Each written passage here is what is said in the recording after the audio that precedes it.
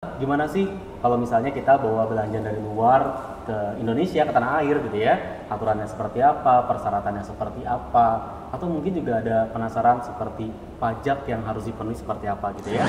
Banyak para jasiper itu yang tidak mampu ataupun tidak mengurus perizinan itu. Jadi mereka mendeklar barang tersebut kepada bea cukai melalui tadi dokumen namanya adalah consignment note. Ada dokumen deklarasi namanya.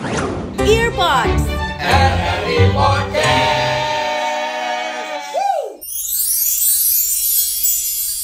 Assalamualaikum warahmatullahi wabarakatuh. Halo Sobat Earpods, RRI Podcast barengan Dede Firdaus kembali lagi hadir di edisi kali ini spesial karena kita sedang berada di kantor Bea dan Cukai Tipe C Bandara Soekarno-Hatta. Nah, ini topik yang sangat menarik karena mungkin untuk kamu yang biasa traveling ke luar negeri, kemudian juga belanja online dari luar negeri, pertanyaannya adalah gimana sih kalau misalnya kita bawa belanja dari luar ke Indonesia, ke tanah air gitu ya, aturannya seperti apa, persyaratannya seperti apa, atau mungkin juga ada penasaran seperti pajak yang harus dipenuhi seperti apa gitu ya. Sudah bersama saya edisi kali ini bersama dengan pemeriksa Bea dan Cukai ahli pertama, ada Bapak Endar Darmindra. Kabar baik Pak? Alhamdulillah baik. Senang dan bahagia bisa bertemu dan berkolaborasi sama teman-teman dari Radio Republik Indonesia Provinsi Banten untuk berbagi ilmu mengenai ketentuan kepabeanan dan cukai. Iya, karena ini juga topik yang beberapa tahun terakhir sangat menarik ya, Sangat Pak, menarik, ya? betul sekali. Karena belanja kita sekarang udah banyak dari luar negeri, Pak. Betul, apalagi dengan kemudahan teknologi kan sekarang kita bisa berbelanja di tempat gitu kan Iya, ya. Cukup betul. bermodalkan gadget dan internet, barang bisa nyampe ke tempat ataupun ke rumah kita seperti Iya. itu. Tapi sebelum ke barang dari luar masuk ke Indonesia, Ya. Pak, mungkin kegiatan Bea Cukai selama ini seperti apa sih, Pak? Ya, Bea Cukai Bandara Soekarno-Hatta ini basis kegiatan utamanya tentu di pelayanan penumpang. Karena kan kita adalah bandara internasional terbesar ataupun nomor 1 di Indonesia ya Mas ya. Jadi pasti ada banyak penumpang yang keluar dan masuk wilayah Indonesia. Disitulah kita melakukan pengawasan dan berkaitan juga dengan tema kita. Bagaimana sih ketentuan yang harus kita ketahui terkait mengenai pembawaan barang penumpang dari luar negeri masuk ke Indonesia. Itu basis kegiatan kita yang terbesar pertama. Yang kedua, tadi sudah benar di-mention juga, kita ini kan adalah titik masuk ataupun gerbangnya barang-barang masuk ke Indonesia, khususnya melalui barang kiriman ataupun belanja online. Banyak barang-barang turun di bandara kita yang harus di clearance ataupun diselesaikan kewajiban kepabeanannya. Jadi itu dua kegiatan besar kita di Bandara Soekarno-Hatta, yaitu terkait pelayanan penumpang, yang kedua adalah pelayanan terkait mengenai barang kiriman online seperti itu. Barang kiriman dari luar negeri. Iya, gitu betul ya. sekali. Keluar dan masuk ya, Pak ya? Betul, betul. Berarti tiap hari kebayang sibuknya seperti Betul, apa? betul. 24 jam ini ya, Pak? Betul, betul. Bisa dibayangkan Mas, setiap bulannya itu ada kurang lebih sekitar 7 juta penumpang yang masuk ke Indonesia. Itu baru masuk. Belum lagi paket. Paket itu hampir setiap bulan ada 15 juta paket yang diproses oleh Bea Cukai di Indonesia seperti itu. Tiap harinya itu Tiap ya, bulan, Pak? itu tiap bulan, bulannya iya. ya, Pak ya. Jadi emang kegiatan selalu berkutat dengan Betul. penumpang, dengan Barang, barang-barang gitu ya, betul. Pak ya. Iya. Jadi seperti apa Pak peraturan untuk barang dari luar yang masuk ke Indonesia? Ya baik, untuk bisa mencerahkan para pendengar kita, mungkin kita balik dulu kepada konsep besarnya ya. Apa sih impor itu gitu? Mungkin banyak yang bertanya. Impor itu adalah kegiatan memasukkan barang ke wilayah Republik Indonesia. Orang yang melakukannya, subjeknya itu adalah importir. Importir itu bisa orang pribadi ataupun badan usaha ya. Dan ada setidaknya 4 cara pemasukan barang ke wilayah Indonesia. Pertama, melalui impor umum, yang kalau kita lihat di pelabuhan-pelabuhan itu ada kontainer besar ataupun di bandara sini ada kargo udara, itu adalah proses impor umum. Lalu yang kedua adalah impor yang dibawa oleh penumpang. Dan yang ketiga, cara yang ketiga adalah impor yang melalui tadi paket kiriman online dari luar negeri. Lalu yang keempat adalah impor yang dibawa oleh pelintas batas. Mirip kayak penumpang, pelintas batas itu adalah orang yang bermukim ataupun yang bertempat tinggal di wilayah perbatasan negara. Masuk ke pertanyaan tadi, bagaimana sih peraturannya gitu ya terkait mengenai barang penumpang dan juga barang kiriman online. Untuk barang penumpang itu diatur di Peraturan Menteri Keuangan Nomor 34 Tahun 2025 tentang perubahan atas Peraturan Menteri Keuangan Nomor 203 Tahun 2017. Sedangkan untuk barang kiriman online-nya itu sama, peraturannya baru diubah tahun 2025 ini, nomornya adalah nomor 4 tahun 2025 tentang perubahan atas PMK nomor 96 tahun 2023. Kita bahas satu-satu dulu ya Mas, dari barang penumpangnya. Ini cukup kompleks Iya, Pak, cukup kompleks gitu kan ya. Kalau untuk barang penumpangnya, setiap orang yang tiba dari luar negeri ke Indonesia itu diberikan fasilitas pembebasan biaya masuk dan pajak dalam rangka impor sampai nilai paling banyak 500 US dollar. Kalau di bawah itu 500 US dollar ke bawah itu diberikan pembebasan, jadi tidak bayar pajak sama sekali. Baru atas kelebihannya lah akan dikenakan pajak. Sedangkan untuk barang kiriman hampir mayoritas itu ada pajaknya. Karena fasilitas pembebasan biaya masuknya itu untuk barang sampai dengan nilai 3 US dollar saja. Itu diberikan pembebasan biaya masuk, tapi PPN impornya tetap dipungut seperti itu. Jadi itu peraturan ataupun bahasan secara garis besar ya, sebelum nanti kita masuk ke lebih detail lagi terkait mengenai barang penumpang dan juga barang kiriman. Seperti itu. Jadi kriterianya di bawah 500 US dollar. Ya, itu untuk penumpang. Untuk yang penumpang gitu ya, betul. Ada kriteria khususnya Kak? Mungkin penghitungannya seperti apa? Ya, baik, untuk kriteria khususnya yang pasti pemberian fasilitas 500 US dollar itu untuk barang pribadi penumpang. Nah, di sini menarik nih kita sampaikan kepada para pemirsa ya, bahwasanya ada dua pengelompokan barang penumpang itu. Yang pertama adalah barang pribadi penumpang, yang kedua adalah selain barang pribadi penumpang. Apa sih barang pribadi penumpang itu? Barang-barang yang untuk keperluan pribadi kita selama kita berpergian ke luar negeri. Wajarnya kita bawa apa sih Mas ya? Bawa pakaian gitu kan ya. Tapi kalau kita pulang-pulang misalnya bawa mesin gitu kan, bawa velg mobil itu kan tidak wajar kan. Nah, itulah maksudnya selain barang pribadi penumpang. Kita kembali ke topik, kalau masuk ke dalam kategori barang pribadi penumpang itu tadi dapat pembebasan 500 US dollar. Kalau kelebihannya atas selisihnya baru dikenakan pajak. Tadi bagaimana teknis perhitungan pajaknya gitu kan ya. Atas kelebihannya itu dikenakan biaya masuk flat 10%, PPN impor saat ini kan 12% ya secara undang-undang. Tapi kalau secara realnya mungkin teman-teman udah paham, itu secara realnya adalah setara dengan 11%. Karena kan ada penyesuaian DPP ya Mas ya. Dasar pengenaan pajak, yaitu tarif dikalikan nilai lain. Nilai lainnya itu adalah 11/12 dari nilai impor. Jadi kalau 12 dikali 11/12 kan ujung-ujungnya 11% juga. Jadi itu ketentuan perpajakannya untuk barang penumpang kalau seandainya dia di atas 500 US dollar. Gimana kalau seandainya dia dikategorikan selain barang pribadi penumpang, dia tidak dapat pembebasan sama sekali Mas. Jadi walaupun nilai barangnya itu misalnya ya 100 US dollar pun itu akan dipajakin, itu akan dikenakan pajak. Iya betul. Nah, hitungan pajaknya sama, yaitu tarif biaya masuknya flat 10%, PPN impornya tadi 12%, dan dikenakan PPh pasal 22 impor 5%. Bedanya di PPh-nya saja, karena dia dianggap bukan barang pribadi. Jadi sebagaimana barang perdagangan pada umumnya. Jadi kena PPh 5% kalau dia mampu menunjukkan NPWP. Kan di aturan kita kalau tidak mampu menunjukkan NPWP kena tarif 2 kali lipat ya. Kayak kita misalnya beli emas misalnya, kan kalau nggak ada NPWP pasti kena tarif 2 kali lipat lebih tinggi. Itu tadi terkait mengenai ketentuan fiskal ataupun perpajakan di barang penumpang. Berarti pajaknya itu dari nilai barang. Dari nilai barang, betul. Nah, menaksir nilai barang yang kita bawa dari luar ke tanah Indonesia, itu ya. Baik. Pada dasarnya kita memberikan kesempatan kepada penumpang untuk bisa self declaration terlebih dahulu. Kita memancing ataupun mengajak para penumpang untuk patuh ataupun jujur memberitahukan nilai barangnya. Pasti kan kalau memberi barang kan pasti ada invoice-nya ya Mas ya, ataupun ada resi pembelian. Nah, silakan ditunjukkan. Oh, kalau memang nilainya dapat dibuktikan di bawah 500 US dollar, kita akan bebaskan. Kita akan berikan haknya dia. Haknya dia kan adalah 500 US dollar. Itu tadi cara membuktikannya adalah dengan cara invoice-nya terlebih dahulu. Tapi kan quote and quote ya, di luar sana kan kalau orang berbicara tentang pajak kan idealnya, bukan ideal ya, keinginannya itu kan, kehendaknya itu kan berusaha untuk meminimalkan pajak gitu kan ya. Banyak juga oknum-oknum di luar sana yang mungkin menyembunyikan invoice-nya gitu kan ya, dengan harapan tidak dikenakan pajak oleh bea cukai, ataupun yang lebih betul, ataupun yang lebih ekstrim bahkan Mas sampai memalsukan invoice-nya ataupun struk pembeliannya. Itu terjadi. Bisa kan, apalagi dengan kemajuan teknologi zaman sekarang kan, tinggal pakai AI gitu kan. Tolong modifikasi resinya ini jadi di bawah $500 bisa. Nah, Itu gimana caranya? kalau kayak gitu gimana gitu kan, betul, pertanyaannya bagus. Kalau kayak gitu kondisinya bagaimana di bea cukai? Di bea cukai itu kan kita dibekali pengetahuan mengenai harga-harga barang ya Mas ya. Kita ada pendidikannya dan juga di support juga dengan database harga.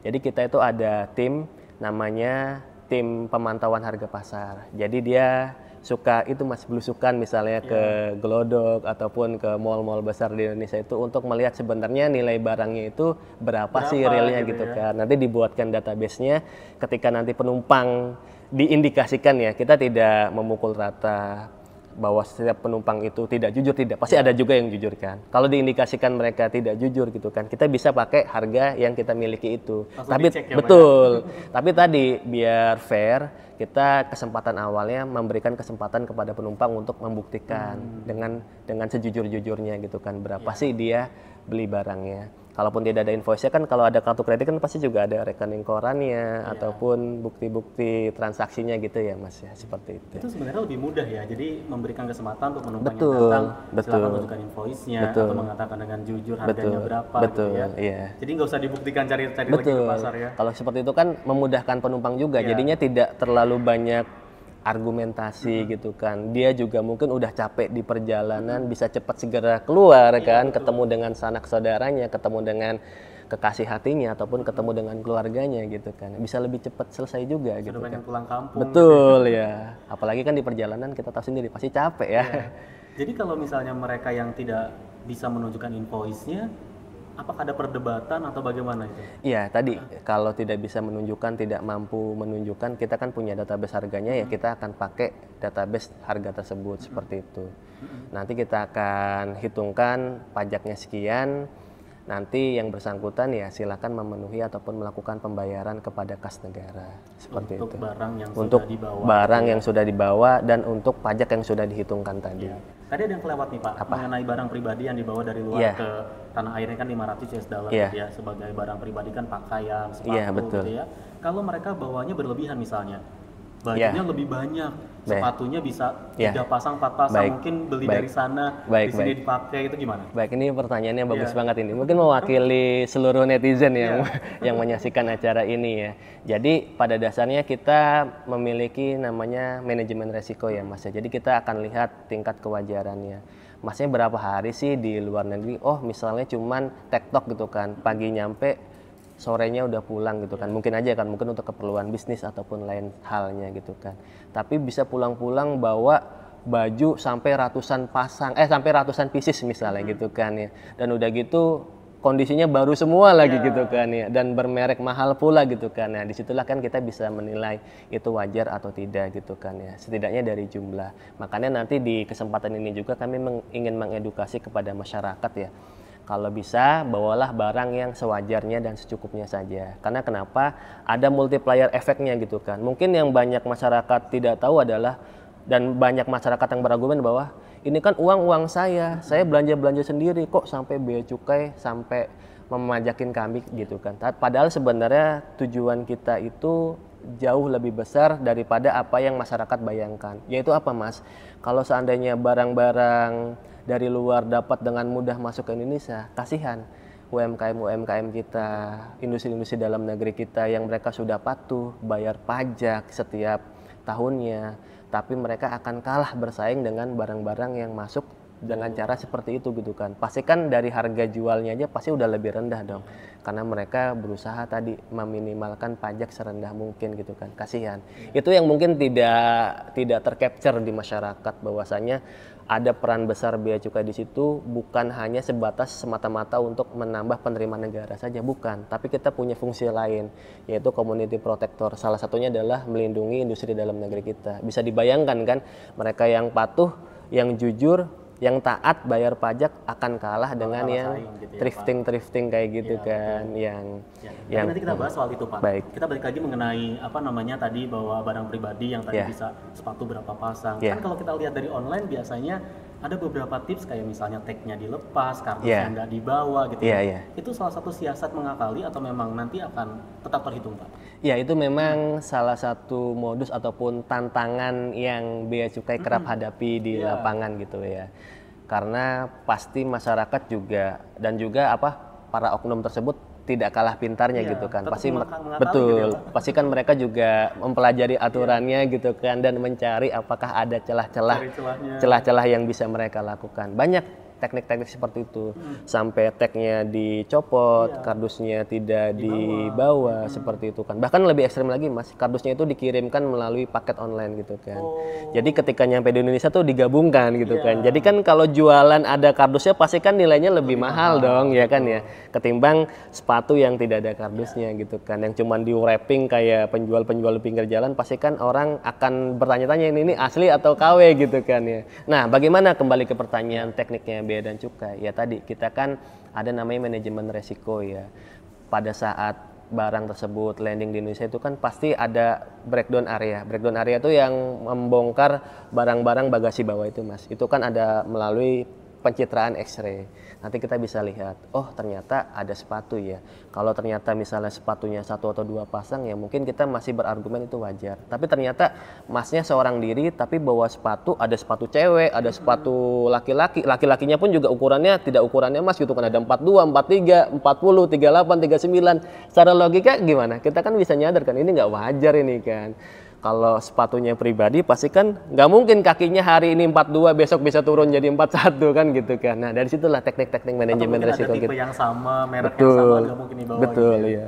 Apalagi tadi seorang diri tapi kok bawa sepatu anak-anak misalnya kan. Mas seorang diri laki-laki gitu kan. Kok bawanya sepatu anak-anak, bawanya sepatu perempuan. Ya mungkin buat oleh-oleh istri dan anaknya wajar gitu kan. Tapi kok misalnya banyak gitu kan ya. Dan ukurannya beda-beda gitu kan. Nah dari situlah kita bisa melihat kewajaran ya Mas. Jadi tetap kita ada manajemen resikonya. Ada manajemen resikonya yang bisa kita lakukan untuk bisa seminimal mungkin menghilangi praktik-praktik kebocoran seperti itu gitu ya. Kebocoran. Itu bisa dikatakan curang ya Pak ya? Iya berarti dong. Berarti kan dengan kesadaran penuh berusaha untuk mengakali peraturan, mengakali pajak seperti itu ya. Makanya dari fenomena ini kan akhirnya muncul seperti di online itu ada just tip misalnya gitu ya. Dengan cara tadi gitu ya Pak? Iya betul. Tetap itu sama dengan aturan kalau misalnya just tip atau kita nitip oleh-oleh sama temen, tetap ada hitungannya? Tetap ada hitungannya. Jadi yang mau kami sampaikan kepada masyarakat mungkin biar tidak salah paham ya. Just tip itu sebenarnya bukanlah sesuatu hal yang terlarang. Ini perlu digarisbawahi, bukanlah sesuatu hal yang terlarang, tetapi ada konsekuensi hukum lanjutannya. Tadi kalau dia seandainya bawa barang yang tidak wajar ataupun selain barang pribadi kan ada konsekuensi pajaknya, Mas. Nah, itulah yang kerap terjadi itu banyak kan para just tipper itu ya berusaha untuk menghindari ataupun mengelabui petugas gitu kan dengan tadi berbagai macam modus-modus yang Mas udah sempat mention. Dan yang kedua, selain konsekuensi pajak sebenarnya yang perlu kita jelaskan juga di Indonesia itu banyak kementerian lembaga yang memiliki kepentingan, Mas. Kayak contohnya misalnya Kementerian Perdagangan. Mereka menyatakan kepada Bea Cukai kalau ada masuk sepatu dalam jumlah yang banyak jangan dikeluarin dulu ya. Bea Cukai itu kayak semacam penjaga gerbang, Mas. Kalau kita sering nonton bioskop itu yang ngecekin tiket gitu kan. Ada tiket juga, kalau ada tiketnya baru boleh masuk. Nah, kira-kira Bea Cukai itu seperti itu penggambaran sederhananya ya biar masyarakat mudah mengerti. Kenapa kementerian lembaga itu punya kepentingan? Ya tadi Mas, mereka kan punya industri-industri yang mereka bina. Kalau mereka loss begitu aja, makanya akan berdampak kepada industri dalam negeri. Makanya ingat tidak beberapa waktu lalu tarif Trump itu kan mengkritisi terkait Indonesia itu katanya banyak barrier-barriernya. Sebenarnya barrier itu tidak hanya dalam bentuk tarif Mas, dalam bentuk regulasi. Nah itu yang tadi mau saya sampaikan. Just tip itu tidak terlarang tetapi harus memenuhi regulasi. Jadi mereka itu harus izin dulu sebenarnya kepada Kementerian Perdagangan.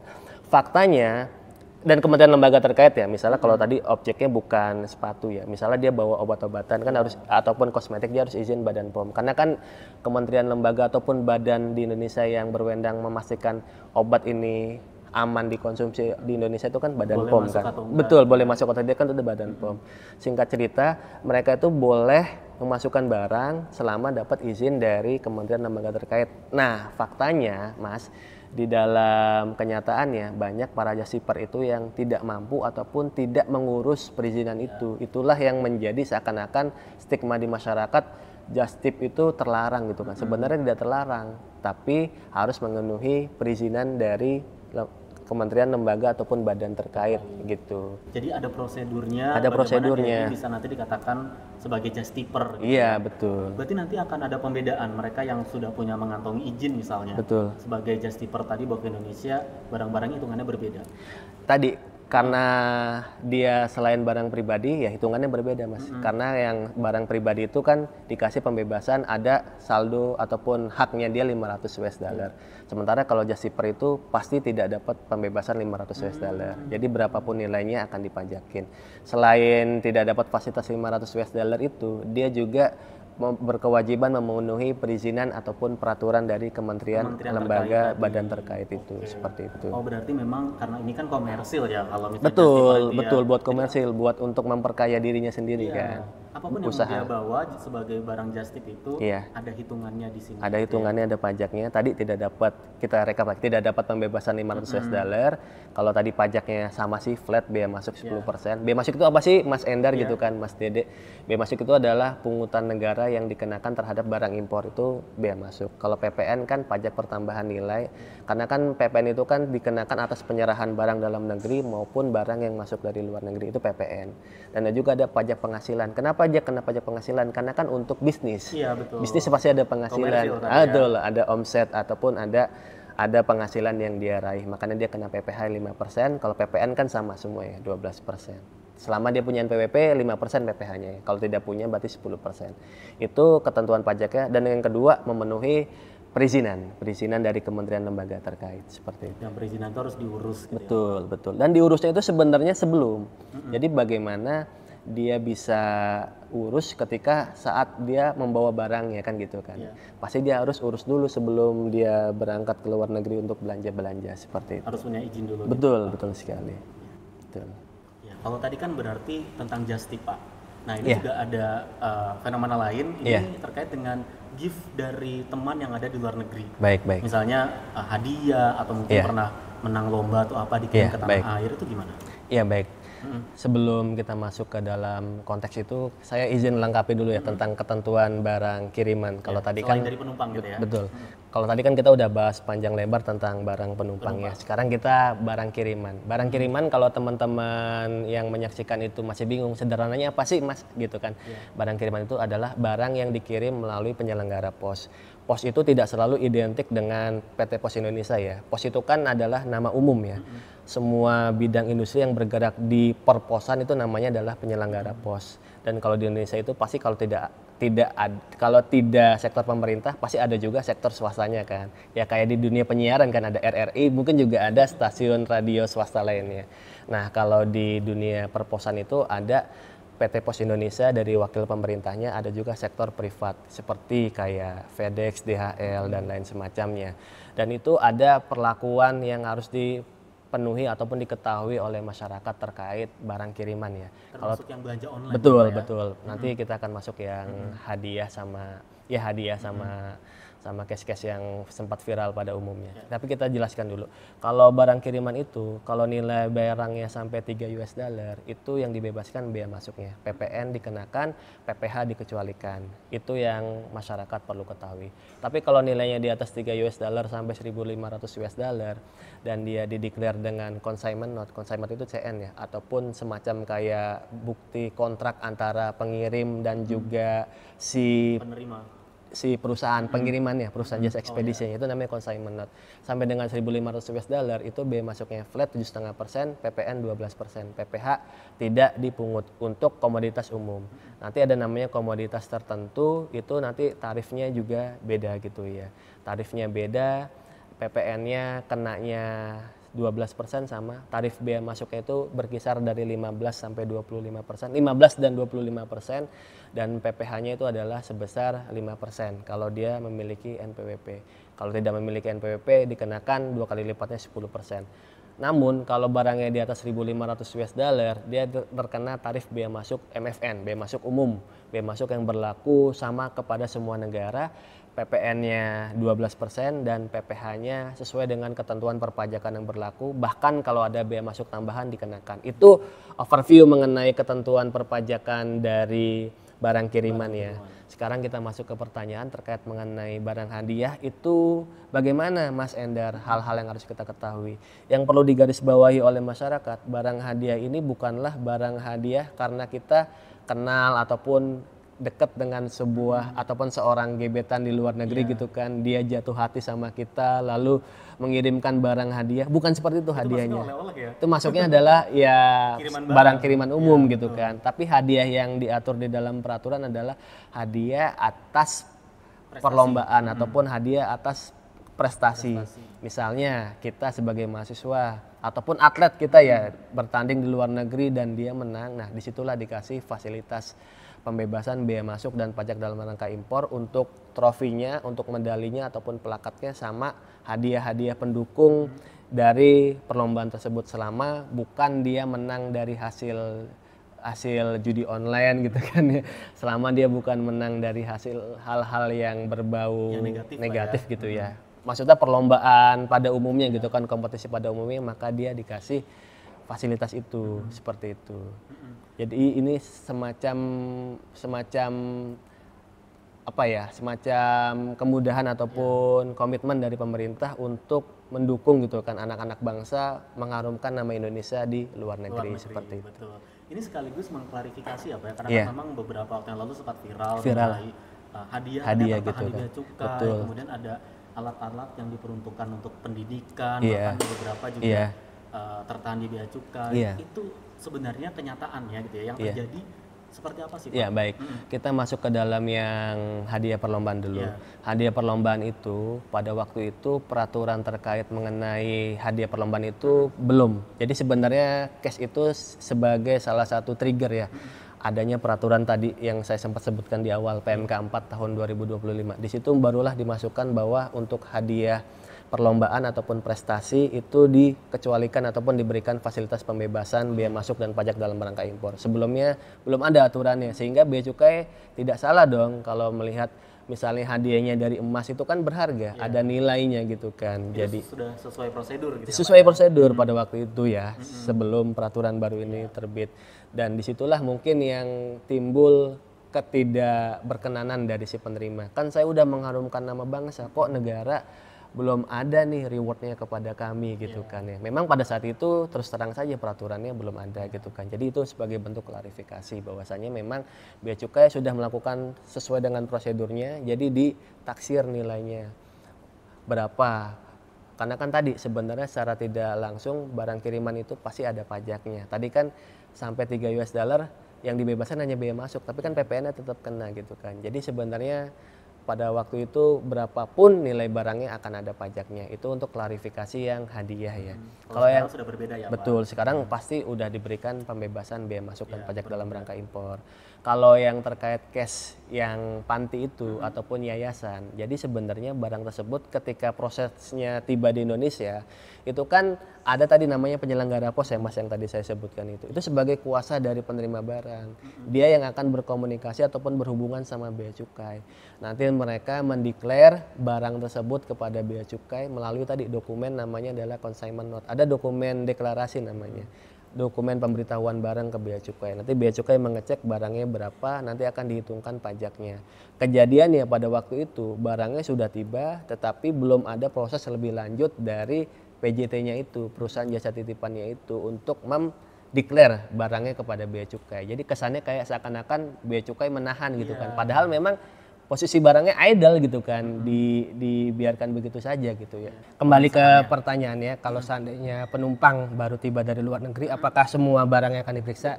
Jawabannya tidak. Kita pakai manajemen resiko. Karena mungkin secara logika teman-teman ataupun masyarakat bisa menerima gitu kan pandangan ini. Kalau semua barang diperiksa bisa dibayangkan akan betapa panjang antriannya gitu kan. Apalagi kalau teman-teman tahu di Soekarno-Hatta itu hampir setiap jamnya itu selalu ada pesawat yang landing gitu kan ya. Kalau seandainya tipenya kayak Airbus ataupun Boeing itu kan mungkin ada ratusan penumpang gitu kan ya. Kalau semuanya diperiksa dalam kurun waktu yang pesawat tiba saling berdekatan itu, bahkan dalam satu waktu pun bisa aja ada 3 pesawat landing, bisa dibayangkan dan akan betapa panjangnya antrian. Jadi kita pakai petugas nggak sebanyak itu ya Pak? betul. Nanti akan viral di mana-mana gitu kan. Wah, kami mau pulang ke Indonesia tapi susah gitu kan, ataupun tertahan di antrian untuk keluar bandaranya. Jadi memang kita menggunakan manajemen resiko, Mas. Jadi kita nanti ada namanya penjaluran. Jalur merah sama jalur hijau gitu kan ya.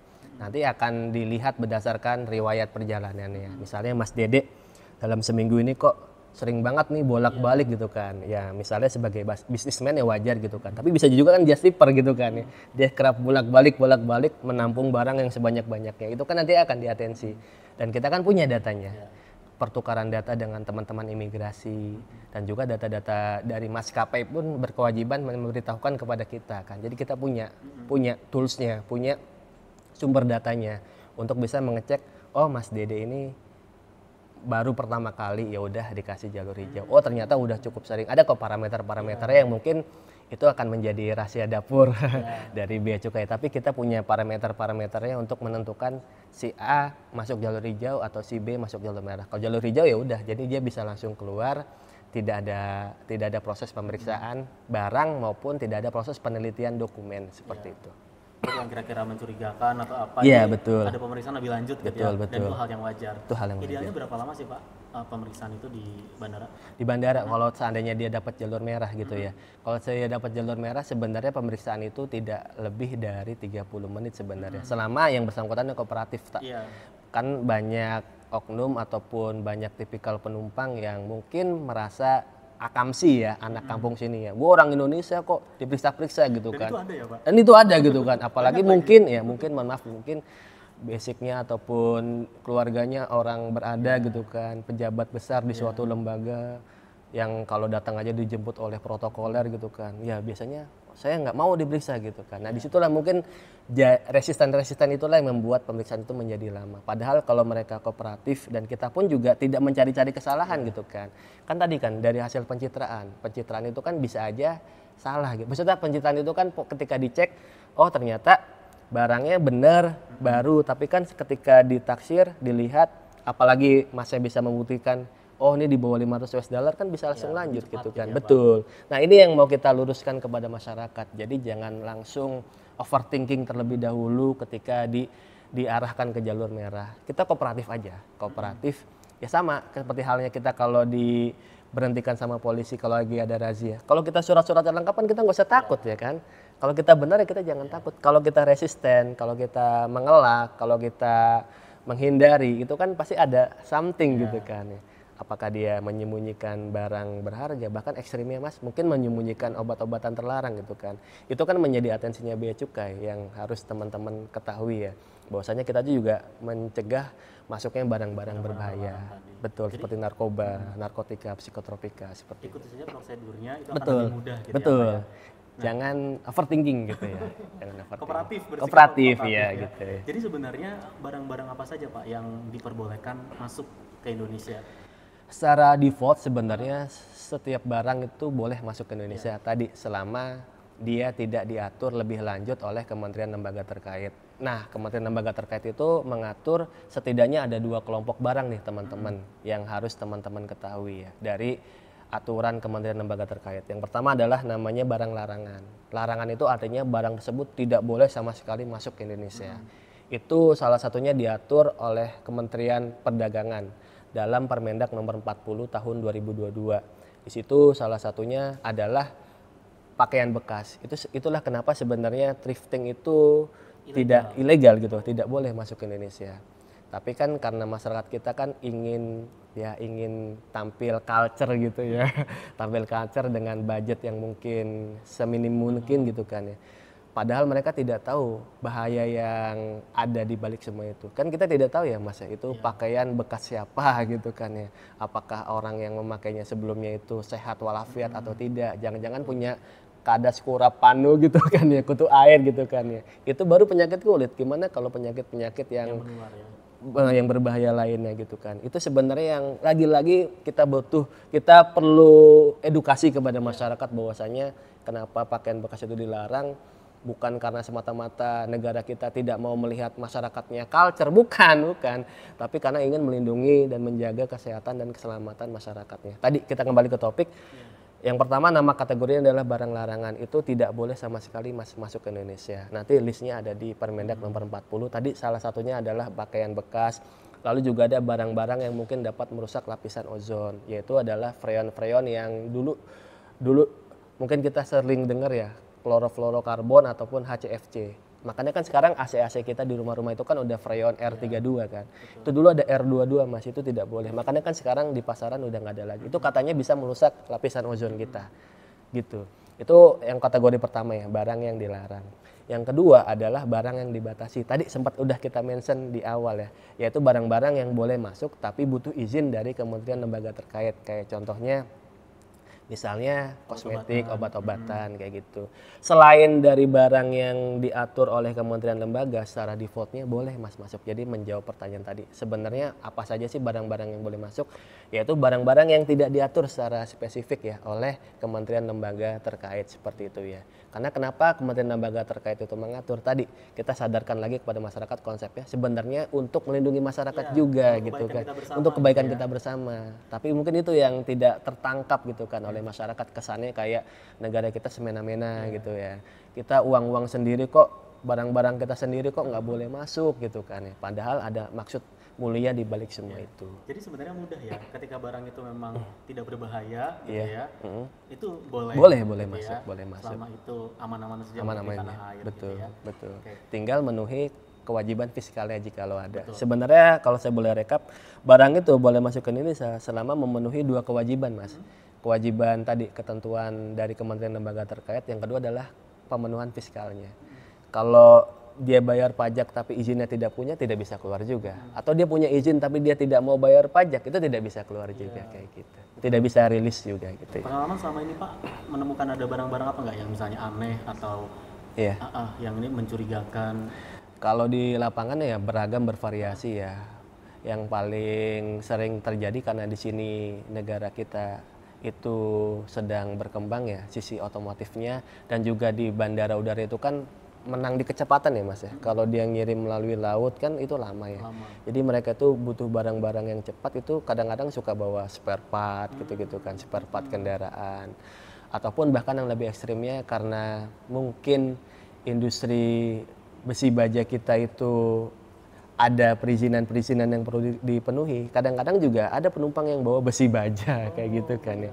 Ya dipakai untuk kepentingan apa? Untuk kepentingan korporasinya juga, untuk kepentingan perusahaannya juga, komersialnya juga.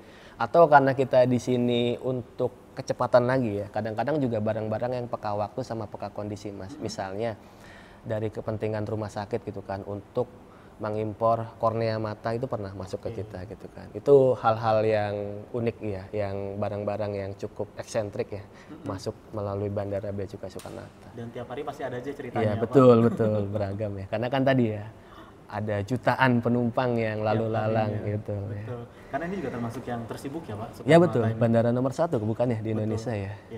Jadi pertanyaan berikutnya, kalau misalnya barang kita ternyata kena nih nama bea cukai, misalnya tertahan atau itu, prosedur nebusnya seperti apa, dan kalau tidak ditebus seperti apa?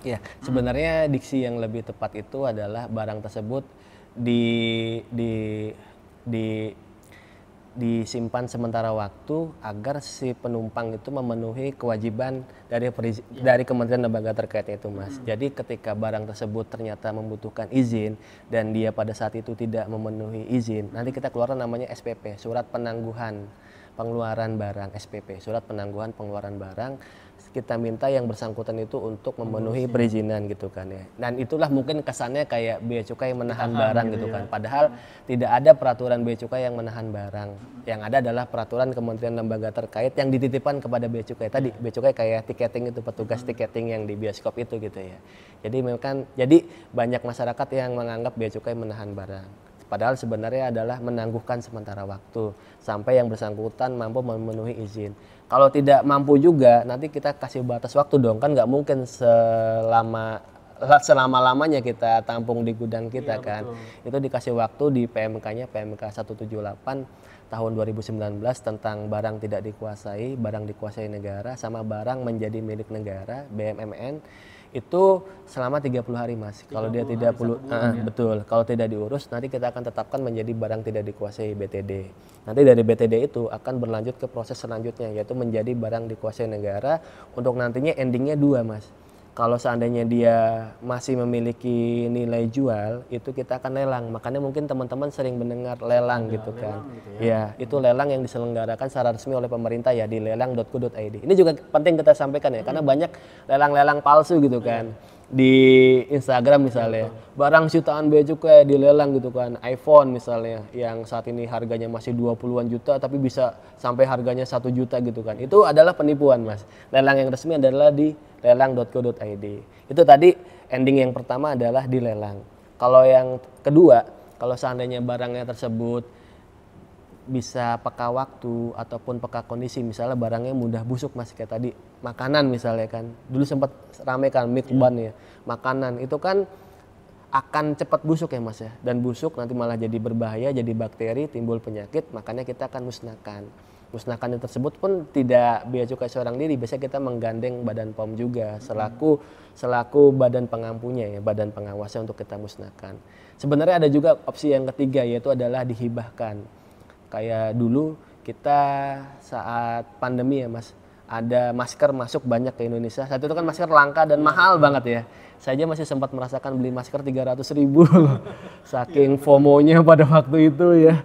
Beli masker hanya 10 pieces 300.000 gitu kan.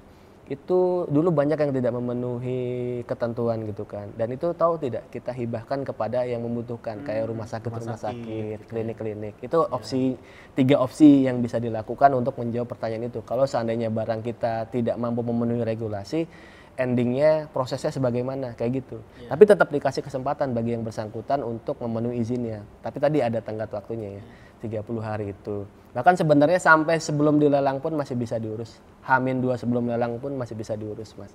Gitu. Itu terjawab sebenarnya gitu ya. Jadi memang kalau barangnya tertahan sementara gitu ya, diurus ininya persyaratannya itu bisa diambil kembali. Bisa diurus oleh yang bersangkutan. Oke. Nah ini kan juga pertanyaan besar sebenarnya yang jadi masyarakat kan memang selalu lihat dari sisi negatifnya, viral gitu ya. Jadi kenapa sih memang barang-barang dari luar itu yang masuk ke tanah air ini Pak harus masuk bea cukai, harus ada pajak dan lainnya pemeriksaan? Itu mungkin bisa dijelaskan seperti apa? Baik. Sekaligus meluruskan gitu ya Pak. Betul, baik. Bagus pertanyaannya.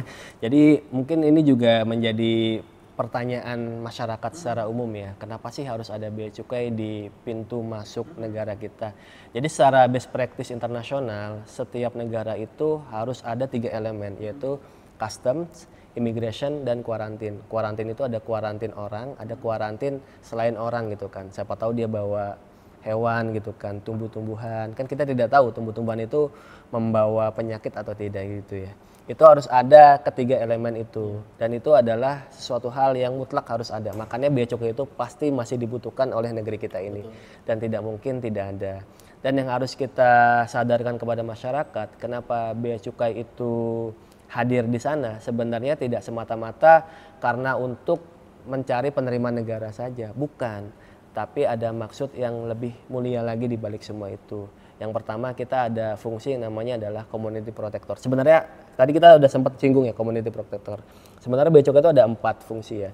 Revenue collector sebagai, karena kita aparatus fiskal ya, jadi kita memungut pajak. Lalu yang kedua adalah community protector, melindungi masyarakat tadi dari masuknya barang-barang berbahaya ataupun melindungi industri dalam negeri. Yang ketiga, kita adalah sebagai trade facilitator untuk fasilitasi perdagangan agar industri-industri dalam negeri kita mampu bersaing di internasional gitu kan.